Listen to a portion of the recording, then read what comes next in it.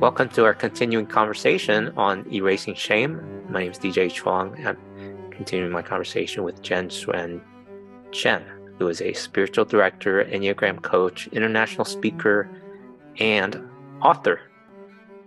But today we're talking about the spiritual formation and the 4 stages that she has developed a pretty clear and helpful paradigm for the stages of our faith journey that we go through. So I'm going to review stage 1, shaping, and then we're also going to talk about undoing.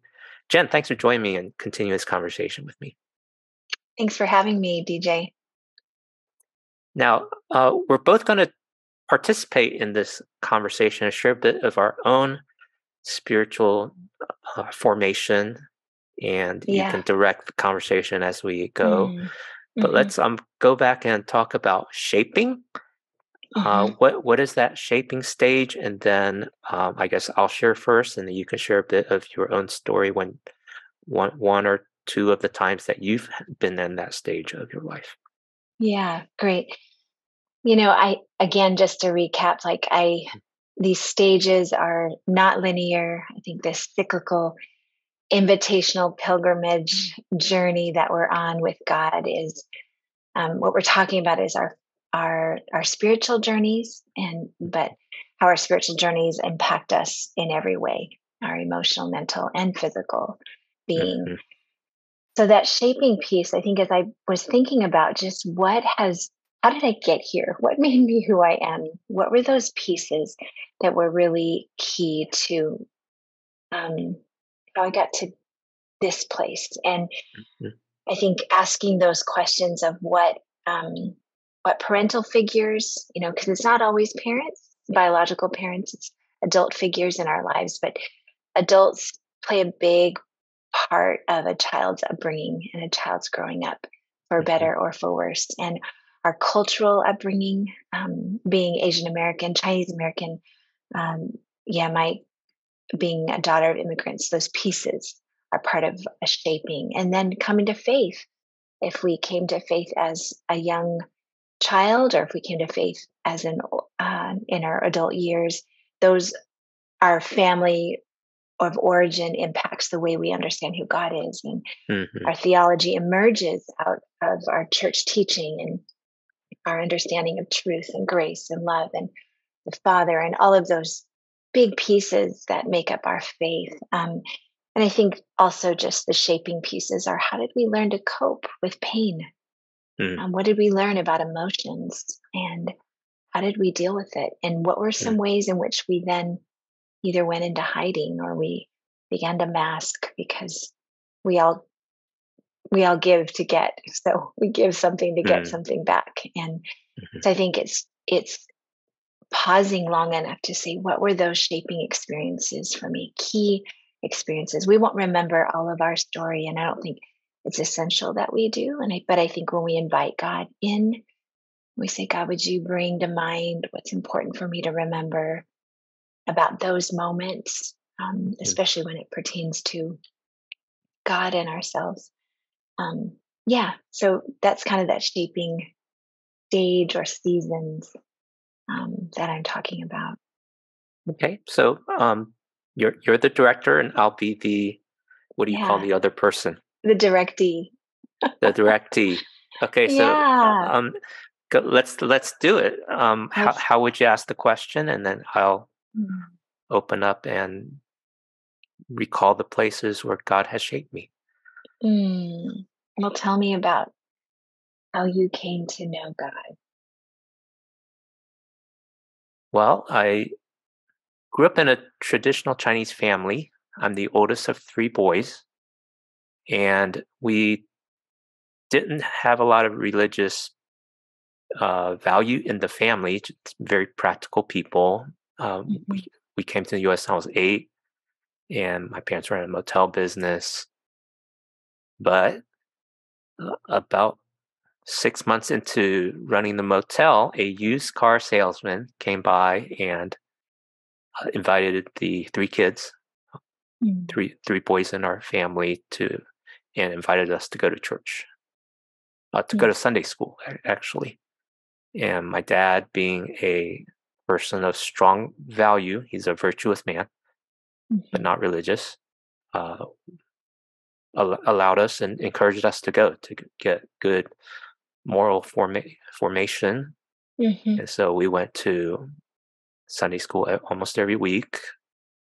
A retired school teacher and his wife and marathon runner would come by and pick us up every week, and we had exposure to the Bible. But my dad warned us to not sign any papers or become members or become baptized, because his greatest fear was that we would lose our money, just to put it bluntly. He didn't want us to be tithing or commit to church when we had other responsibilities in life. But my moment of faith, I look back to being a senior in high school when we had a truck driver staying at our motel. And before he left, he shared the simple gospel from John 3:16 and invited us to pray to receive Christ. And I sincerely prayed at that time, wanting Christ in my life, because I thought to myself, life had to be more than just fulfilling responsibilities, going to school, getting a college degree, getting a job, getting a wife, getting a house, getting a family, and repeat the cycle. So from what I knew of the Bible, and what I wanted from God was a life of meaning and purpose and something more than just mere existence. So I think that's how my faith journey began. But even in my early years of discipleship or growing with Christ, as the oldest son of a Chinese family, I was very much responsibility and duty bound, shaped from my family and just shaped from my birth order. And so, and we'll get to the undoing part. So that only held up through seminary, but it was started unraveling after seminary. But that started my journey. Yeah. That's how I got introduced to God. It gave me some strong values, but it didn't fit me. I couldn't work hard enough to fulfill all the duties I think God expected of me. Yeah. Yeah, it's interesting hearing you say there has to be more. So there was already a stirring in your soul as a young man. The questions, there's got to be more to this life. And yet, the family responsibilities, what you felt, whether perceived or real, they're sometimes so hard to separate. And then what you're learning about God is that He needs and wants stuff from us too. So now we're bound.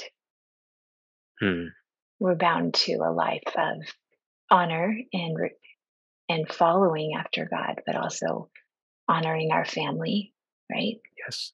And fulfilling those, what can feel like almost crushing responsibilities at times, depending upon the needs of our family. So you named it. You named so many different dynamics. As an oldest son, immigrant, parents were hardworking, virtuous, non-religious, and yet you have these outside figures, a used car salesman and a truck driver, who introduce you to Jesus.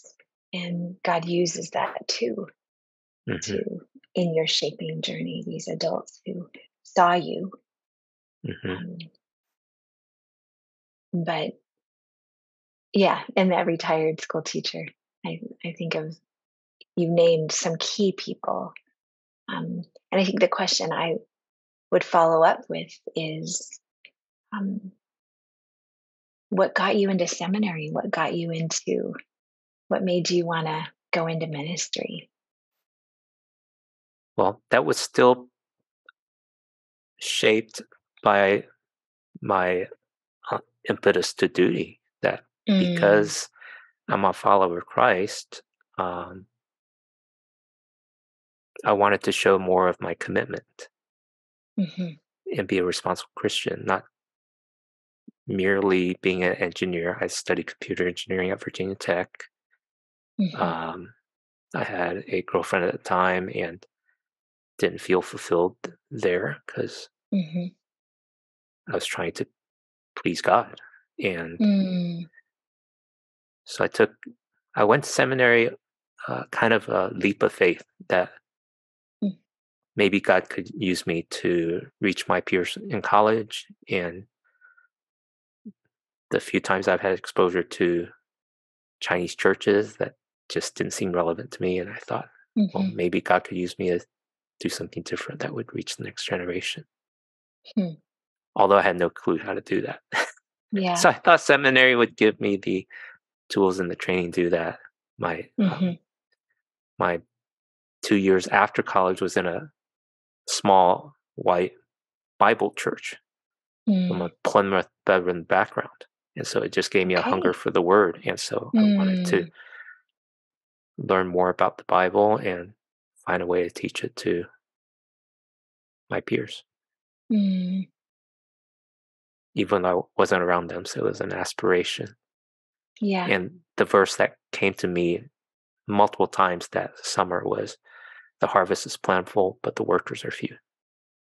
And so because at the age 25, I was, unencumbered and I was free to go. So I went and had some confirmation. A retired Navy senior chief discipled me for 2 years. And he kind of became a father figure. And when I shared this sense of calling, he confirmed, he was one of the signs of confirmation for me that he had been praying that God would show me this direction for over a year. And the second thing that took as a sign was that my father wouldn't disown me. Because I wasn't sure how that would affect. I couldn't take that. Absolutely. That's real, DJ. That's real. Yeah.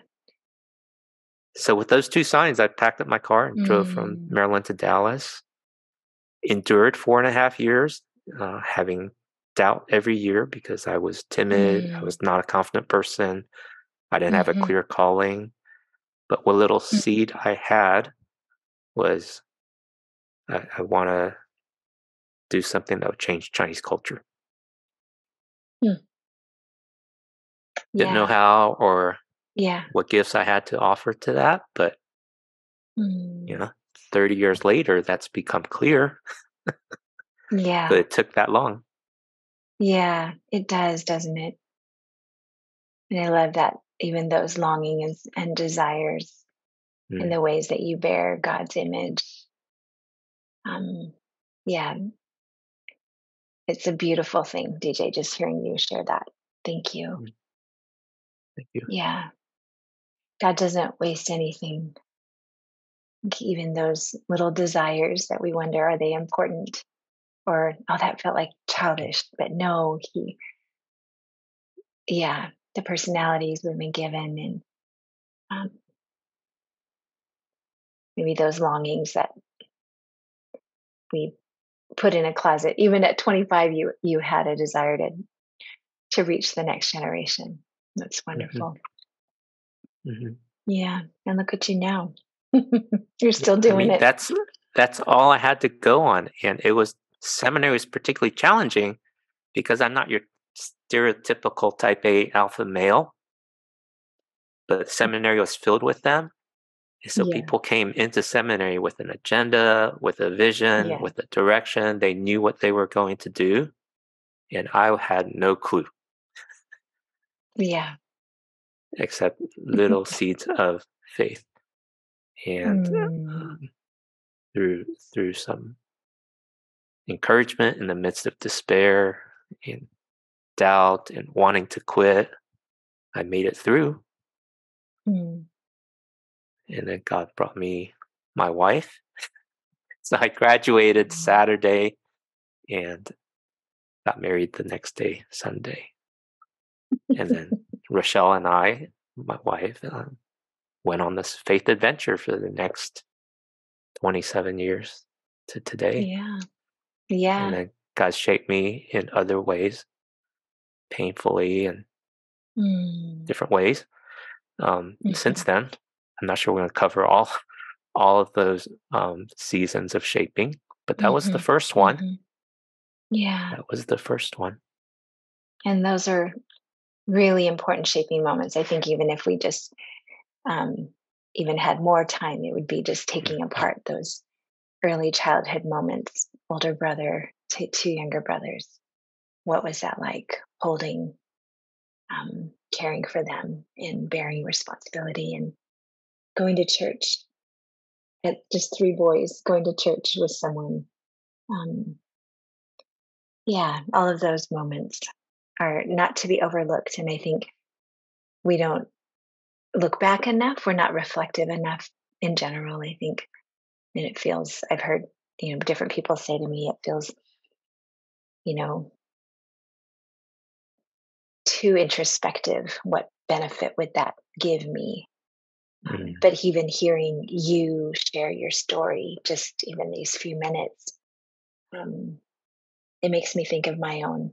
And oh, there was another person I forgot along the way who was important. And just as we share story, I think we bear witness to the grace of God in our lives. And we testify. I think that word testimony has maybe lost its feels, but it's still very important to share our story, our testimony of how of all the parts, not just the good parts, which leads us to that next season,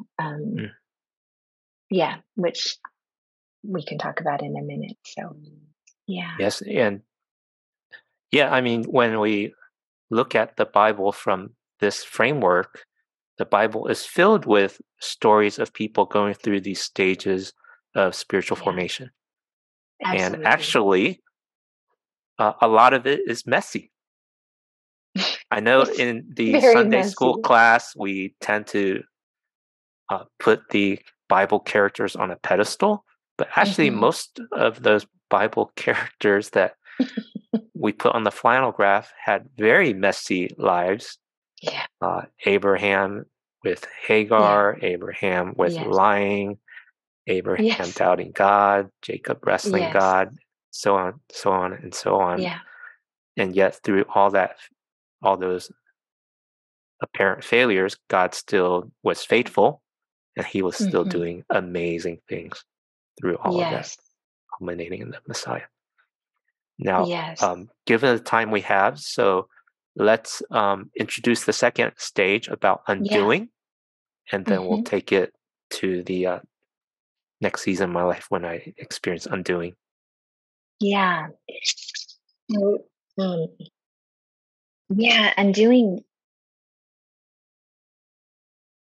As we were emailing back and forth, and you said it doesn't sound very comfortable, and it's not, but it is a necessary part of our formation. And God uses these seasons of undoing to reveal things about ourselves, but not I think sometimes, I don't know, depending on how we see God, we can see the darkness and pain as punitive, and we can say, what did I do to deserve this? It doesn't feel right. And you're right, it doesn't feel right, and it feels so counterintuitive to lean in to darkness or to lean into the pain. But I think these undoing moments are just more descriptors of what has happened to us, because and maybe it's a way of understanding our lives. There's been seasons in all of our lives where we have encountered darkness, where we bumped up against a metaphorical wall and we couldn't think ourselves out of it. We couldn't rally ourselves. We couldn't try harder. We couldn't add one more discipline or fast long enough to be able to get ourselves back up on our feet. And I think the way we have been explained the gospel or even our faith is that we're supposed to figure it out, and we just memorize more scripture and read more and do more, but it's all about our doing as opposed to just leaning in and hearing what he's whispering, hearing what he's inviting us to. That facing the darkness, while it's not a natural response, scripture says that even that the darkness is not dark to God, and that he finds us in the dark. He can still see us in the darkness. And so to listen and to hear what God is saying to me in those spaces, in my pain, God is speaking to me. And so discerning the Spirit's voice when there's deep pain requires cultivating space in my soul, which then, as I practice this, as I began to lean in, and as I grow, even in just a release, like I can be here and I can trust you, God. That creates more space for me to hold others' pain and sorrow. And so it's that work that I need to do first within, that I don't have to fix it, that I can be with.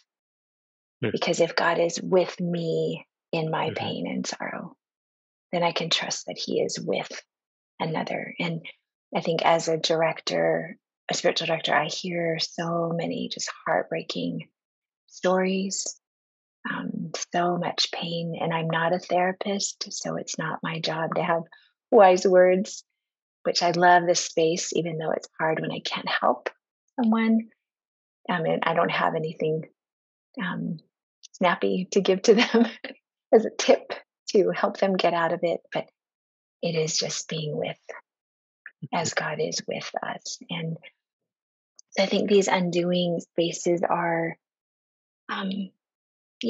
the dark spaces, those dark nights of the soul that many have referred to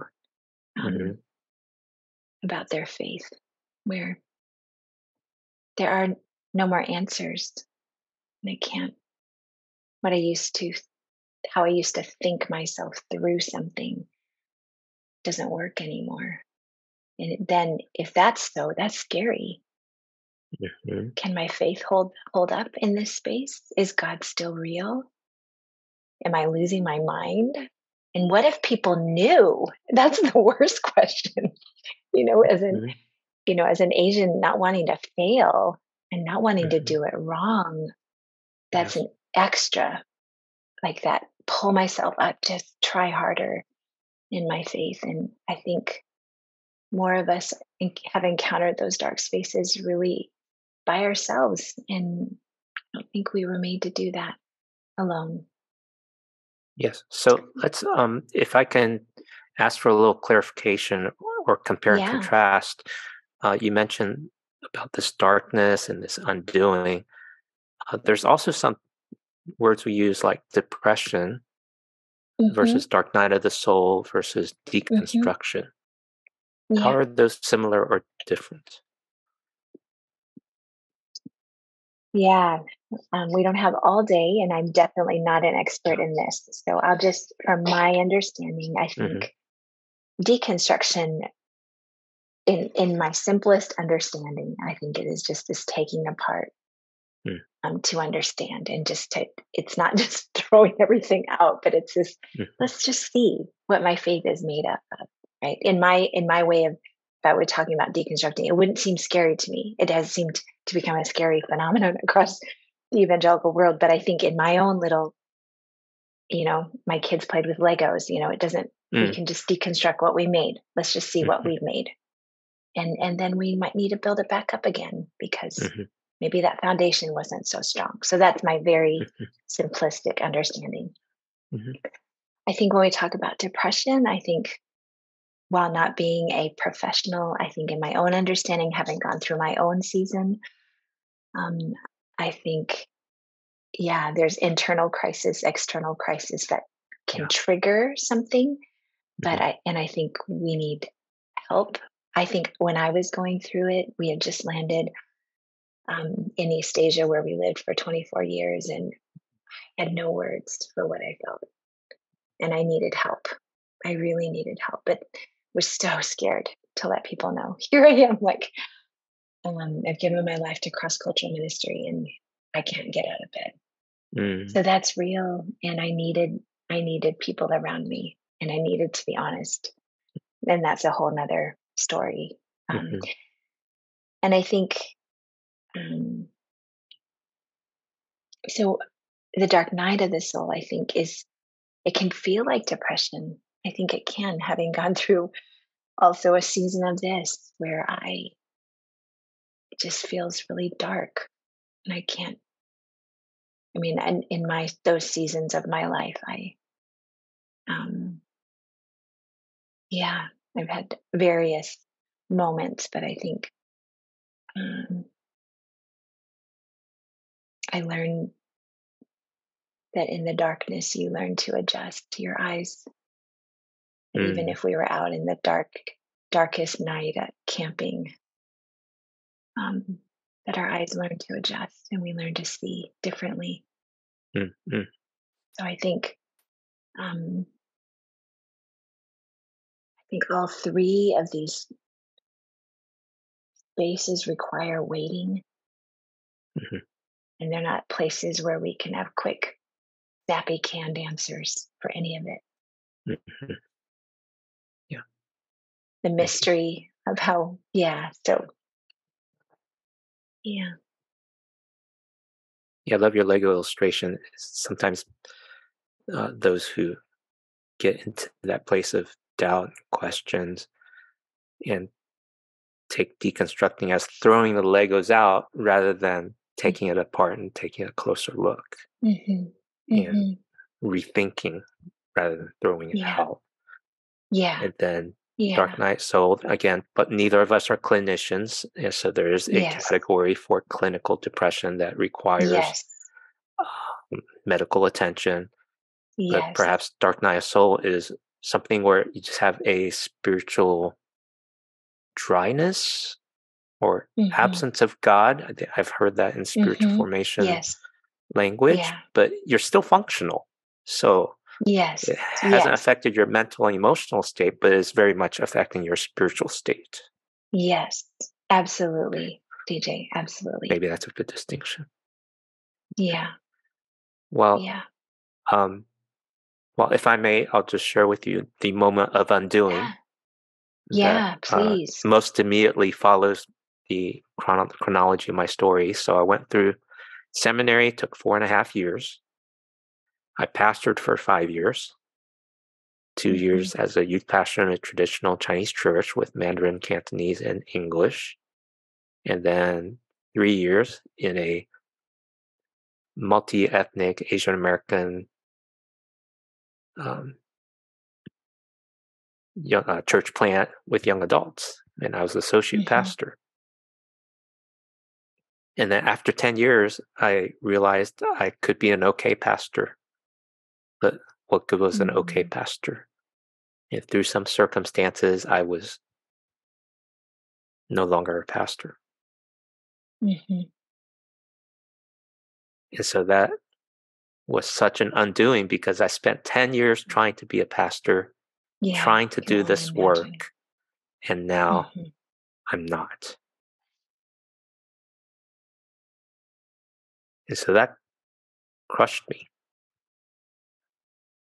And I was No doubt. diagnosed bipolar because I Mm. could no longer function. I couldn't make sense of my life. Mm. And it took over a year to get kind of back on my feet and have some sense of Mm-hmm. normalcy. But it's been a recovery for Mm-hmm. several years after that. Mm. I think that's undoing, right? Yeah. That is undoing of the deepest and hardest. Yeah. Did you were there people around you that knew what was going on? Very few, because I'm Chinese American and I was in a Yeah. predominantly Asian American church. Um, Yeah. I was out of touch with my feelings. So that was also Mm. discovering that I had Mhm. so much unprocessed feeling, being Mm. so committed to duty and responsibility. And Yeah. supposedly, I'm high functioning to use mental health Mm. language, Mhm. but having so much unprocessed feeling caught up to me. Yeah. And I was able to kind of keep my emotional sadness bottled up inside throughout high Mm-hmm. school and college and even young adult as a pastor. But Yeah. I couldn't hold it anymore, and I was undone. But God was gracious, of course, but that's for the next episode. Yeah. Let's even just sitting in that Mhm, I was undone. What a scary place to mhm, be. mhm. And we don't have a lot of guides No, I in was those alone. moments to let us know. Yeah. I was afraid to get counseling because of shame-based culture. Yeah. My wife didn't understand me because she's got her own reaction because she thought she married a pastor. What am I doing? Mm-hmm. Mm-hmm. Yeah. So there's the vocational crisis, the personal crisis of overwhelming feeling, and then very much being alone. I had a therapist, so I was grateful for that. Mm-hmm. So my lifeline became my therapist, who was also a psychiatrist, so he could dispense medication. Mm-hmm. He used a lot of movie metaphors to try to inspire me.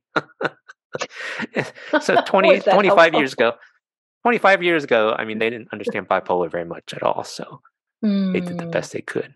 But um, but what's interesting lately, I was looking at some of the new modalities in therapy. There's one called Mm-hmm. existential therapy, Mm. which sounds very close to a spiritual crisis. Because Yeah. existential Oh, is yeah. such a That's, core yes. of who we are. And Yeah. so I think, in God's timing, He's bringing everything together and into the light. Mm. Mm-hmm. Yeah.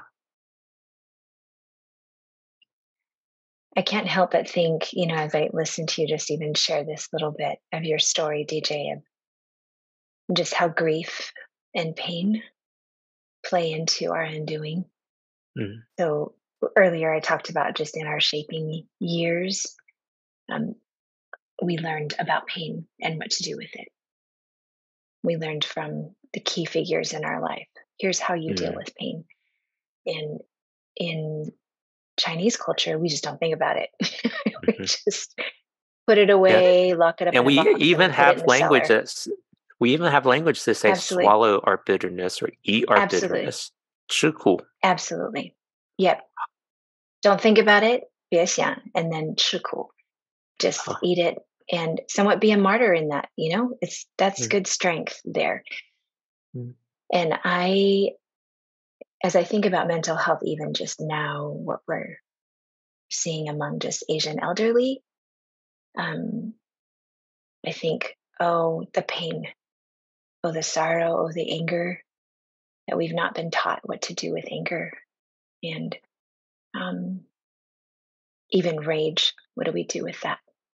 And that being a Christian, like we just don't do that. We just don't do anger. We don't do big emotions like that.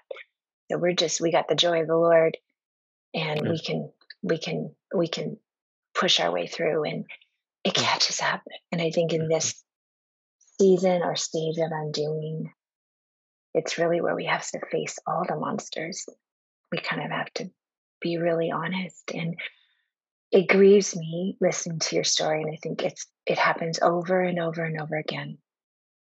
I think about people in ministry, and then just normal churchgoers. What we do with our pain, what would it be like if you had even a spiritual director just to sit and listen mm, to you talk about all of that? Not in a therapy session, but just as another trusted companion to listen to what you thought about God and where you were. And I think as remind we remind one another of who we are just by being with each other. I think mm, we can mirror back our belovedness if we can learn to cultivate those spaces of honesty so that we don't feel isolated. And I think it's probably the enemy's, one of his great tactics is to just cut us off from one another. Yes. And I think as a collective people, we value one another. So how much more as fellow believers should we not lean on one another, especially in these moments? Yeah. Not just when things are going well. Mm-hmm. Very much. Yeah. Well, thank you for joining me in this conversation and revisiting how God's worked in my life. Thanks for sharing, DJ. I'm receiving the additional light of grace through all of that. So I find it healing to talk with you. So thank you for guiding this with me. Thanks for showing up. And I'll look forward to the next 2 weeks as we continue this journey through how God's worked in my life and through your direction. Thank you, Jen. We'll see you next week. Thanks, DJ. Thank you for listening to the Erasing Shame podcast. Check out the show notes at erasingshame.com and subscribe to our email for updates. We would love to hear from you, so please add your comments at our website or on social. Subscribe on Apple Podcasts, Spotify, or any podcast app, and you can also subscribe on YouTube or follow on Facebook. Please add a rating and review so we can reach more people with our message of health, hope, and compassion. This podcast is the digital outreach of Christian Asian mental health.